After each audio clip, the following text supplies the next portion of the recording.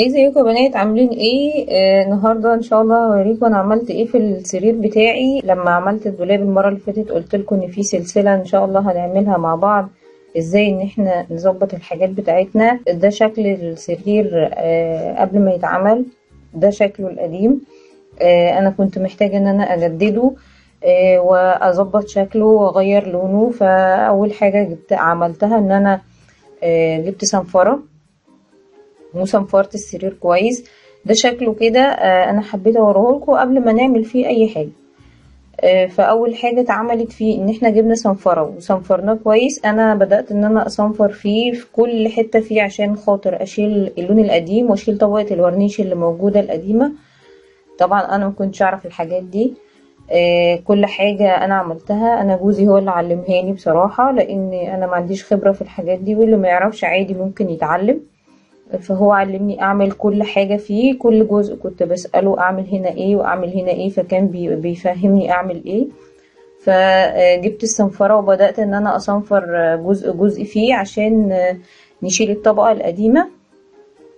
وطبعا انا كنت اشتريت كل الحاجات بتاعته من عند الراجل. جبت الصنفرة والورنيش اللي انا لمعت بيه في الاخر والصبغة اللي انا عملت بيها. الموضوع كله كلف معانا 30 جنيه. وده شكله بعد ما انا صنفرته. هو بصراحة ساعدني فيه لان هو كان بيعلمني. فانا الاول كنت بصنفره، وبعد كده بعد ما خلصنا الصنفرة بتاعته بدأ ان هو يشيل الترابة اللي طلعت من الصنفرة. ممكن كمان تمسحيها بقماشة، بس ما تكونش مبلولة، تمسحيها بقماشة التراب عشان لما تيجي تعملي اللون اللي انت عايزاه ما يكونش فيه اي تراب موجود. وهو دلوقتي هيشرح لنا هو عمل ايه، لان هو اللي علمني. هتنفضيها طبعا، تشيل التراب بالفرشة كده ما بين الحتت الرفيعة دي عشان ايه ما تخليهاش في السبت. تكون متصنفرت كويس قوي من الورنيش القديم. تمام.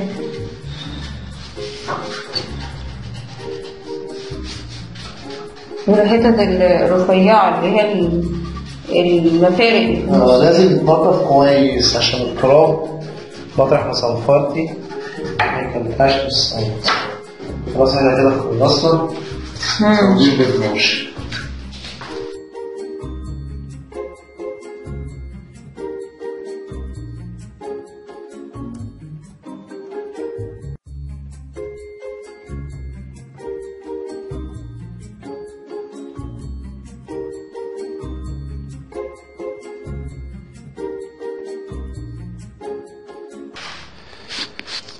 هنجيب بقى أي حاجة قديمة كده احنا مش عايزينها، نحط فيها الصبغة دي. بنشتريها من عند الراجل بتاع البوية، تتحط في شوية مية دافية. طب انت اشتريت قد ايه؟ 5 جنيه كفاية هو السرير بس. فبنبتدي إن احنا نصبغ قبليه ونخلي بالنا من نسيج الخشب. يعني بتمشي بالطول كده ولا أي شكل؟ هنصبغه الأول بعد كده نرجع نعمل بقى نشطب عليه. يعني مش قصدي يعني أنت شغال كده بعرض نسيج الخشب ولا ممكن بالطول كده؟ لا بالطول بالعرض، بس المهم في الآخر خالص تعمل في اتجاه واحد. يعني احنا كده بصي احنا بنعمل ازاي؟ بنغطي بس لو في الحتت الحفرة الصغيرة دي كده اهو. وبعد كده اخر حاجه تاني بقى بعد كده بقى في الاخر خالص بقى تقوم ايه كده اهو، تبقى ايه عشان بس شكلها حلو وتبقى السقوله مش مكان تقيل ومكان خفيف. كده اهو بالراحه بس عشان الصبغه ايه ما تهدمكيش وعشان ما تسيلش. يعني ما كنتش كميه كبيره في القطن. لا في اول مره كده بالراحه عشان خاطر ما تسيلش وميبقاش تقيل وخفيف ويبقى شكله مش كويس. طب انا لما اشتريها من عند راجل اقول له انا عايزه ايه؟ صبغه خشب. هي المفروض انت بتجيبي لو الخشب جديد بتجيبي الجمركه والسبرت وتعملي بيها زي ما بيعملوا كده، بس هو الخشب جديد. ده خلاص بتنضف صبغه بقى. عايزه تعملي الجمركه برضه براحتك، بس الصبغه سهله. طب انت صنفرته قبل الصبغه ليه؟ عشان اطلع منه اثر الورنيش القديم. عشان مش هينفع تصبغيه وعليه وفي الورنيش القديم لسه موجود. تمام. فلازم تصنفريه كويس قوي وتطلعي الصبغه القديمه والورنيش القديم. وبعد كده تبتدي انت ايه تصبغيه بقى الصبغه الجديده عشان الصبغه تمسك على الخشب وهو نضيف زي ما احنا شايفين كده. طب يعني فرام زي دي كده. نغطيها كده وبعد كده نرجع نعملها بالراحه كده. خلاص احنا المهم ان احنا ايه نصبغه. الصبغه بقى يعني مثلا اللي هي ب5 الحتت اللي هي الرفيعه دي لما تدوس على القطنه ممكن تسيل بس المهم ان احنا نعيد عليها في الاخر كده اهو عشان نشيل زياده يعني. بالظبط كده مفيش التسهيل ده خالص عشان ميبقاش شكلها وحش. يعني لما نيجي نعمل بالورنيش تبقى ايه.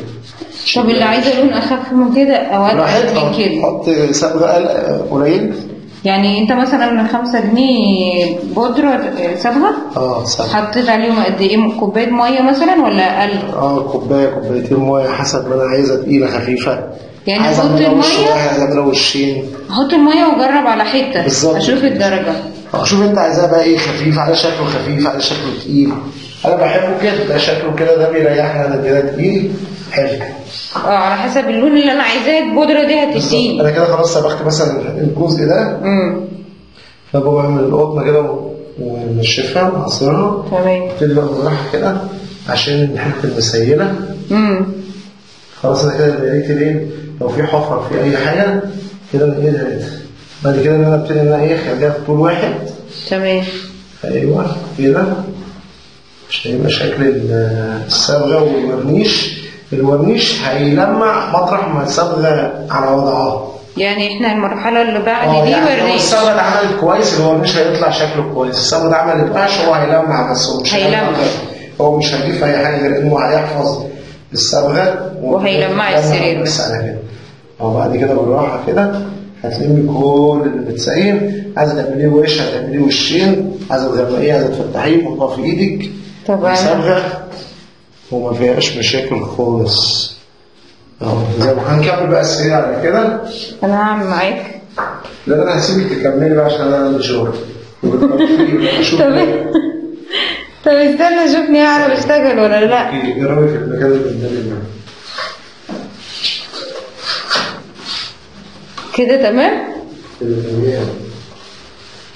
يعني الاول نعمل الداري.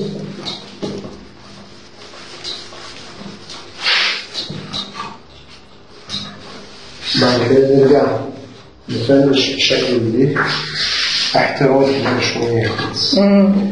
وطبعا الورنيش مش هيتعمل غير لما الصبغه دي تنشف خالص. مش عايزين نستعجل نسيبه يوم هو هينشف ونبتدي نعمل شكله كويس تمام. مش كويس هنبتدي عليه تاني ماشي. ونقوم بعد كده الصبغه تنشف بعد كده نبتدي نلمع واحده واحده في اتجاه واحد بالشياكه كده.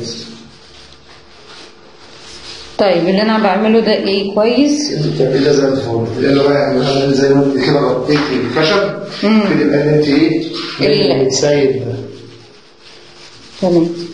من هناك لهناك. لا مش كده مش ازاي؟ انت بتعملي كده. لا هو احنا قلنا كده كده.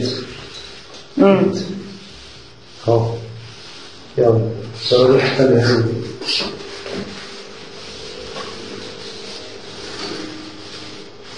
كده. ايوه. طب والحته اللي في الحرف اعمليها غطيها ايه المشكله. تمام. ده شكله بعد ما عملناه بالصبغه اللي احنا كنا شغالين بيها بقى لون تاني خالص بقى حاجه تانية خالص بقى شكله جميل جدا. شكله بصراحه بقى احلى من الاول بكتير كاني جايبه سرير جديد. فانا قلت اصور الطريقه كلها يمكن حد فيكم يستفاد ويجرب ان هو يغير في بيته. هتحسوا ان انتوا جايبين حاجه جديده وهتتبسطوا قوي ان انتوا عاملينها بايديكم. بجد شكله حلو جدا وطريقته سهله يعني مش متعب ومش هيكلفك اي حاجه. بعد ما خلصناه هو بيرشه بالورنيش. هو عنده جهاز رش. فجهاز الرش ده مش محتاجاه خالص انتي. هو عندنا ممكن يرش بويا بيرش رش بيه الورنيش لكن انتي ممكن تجيبي فرشه عاديه. تبدأي ان انتي تخففي الورنيش بجاز وتدهني بيه السرير. احنا جبنا العلبة ب25 جنيه، علبة صغيرة خالص ب25 جنيه. ما استخدمناش العلبة كلها، يعني تقريبا اكتر من نصها بشوية اخدت السرير بالجنين بتاعته. بقى بيلمع وشكله حلو جدا، بقى احلى من الاول بكتير. يعني حاسة ان احنا جبنا سرير جديد، فشكله حلو قوي بصراحة. هنا بعد ما فرشناه بقى شكله جميل. طبعا حتى الأوضة بيضناها، فممكن هوريها لكم في فيديو تاني برضو مصوراها ان شاء الله، هبقى اوريها لكم.